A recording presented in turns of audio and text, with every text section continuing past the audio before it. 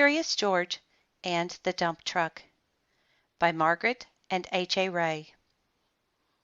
Illustrated in the style of H.A. Ray by Vipa Interactive.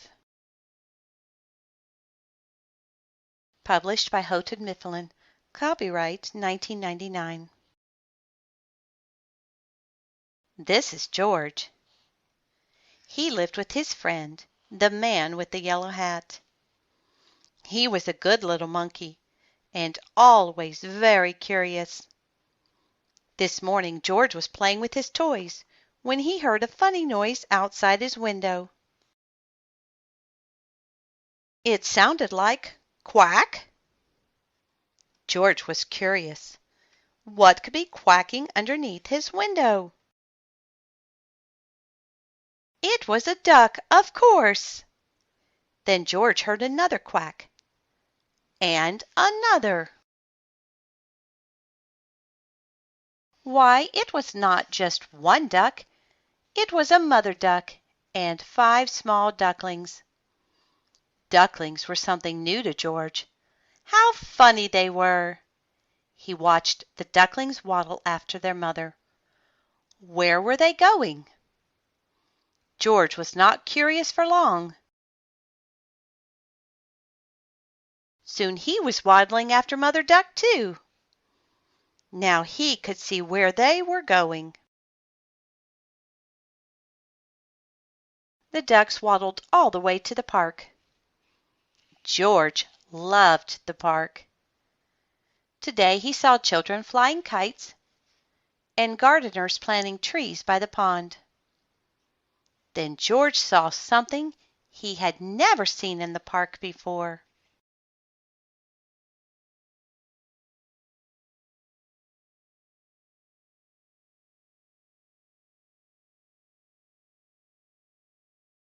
It was a dump truck, and it was big.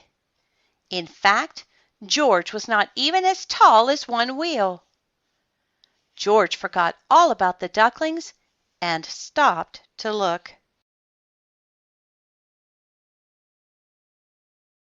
It would be fun to sit in such a big truck, thought George. No one was inside the truck, and the window was wide open. George could not resist. But sitting in a big truck was not so fun for a little monkey after all. George could not even see out the window. He was too small. If only there were something to climb on. Would this make a good step for a monkey?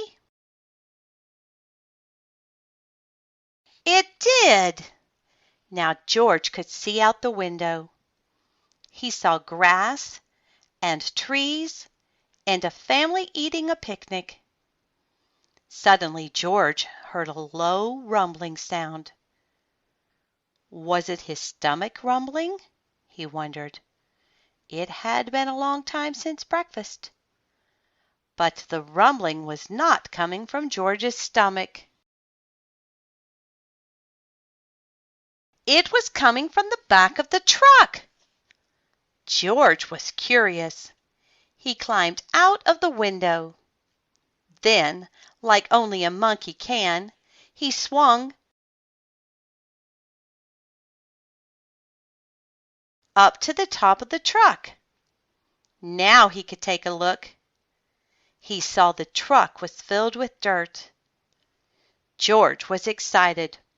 What could be better than a truck full of dirt? George jumped right in the middle of it. Sitting on top of the dirt, George felt the truck bed begin to tilt. It tilted higher and higher. The dirt began to slide. It was sliding right into the pond, and George slid with it. George was having fun. But the pile in the pond got bigger and bigger and bigger, and soon the fun was gone. Just then the gardeners came back from lunch and stood with their mouths wide open. They saw the empty dump truck, the pile of dirt in the pond, and a very muddy monkey. They knew just what had happened. But before they could say a word, George heard a familiar sound. He heard more quacking. The gardeners heard it too.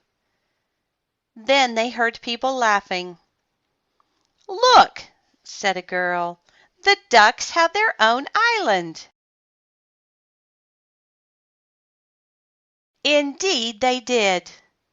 The pile of dirt made an island in the pond, and Mother Duck and all her ducklings were waddling right on top. George was sorry he had made such a mess, but the gardeners didn't seem to mind.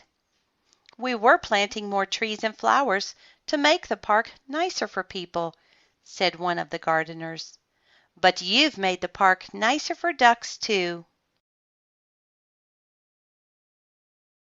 Later a small crowd gathered at the pond.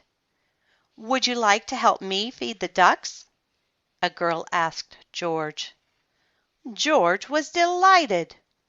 Soon everyone was enjoying the park more than ever before, including the ducks, who were the happiest of all in their new home. The end.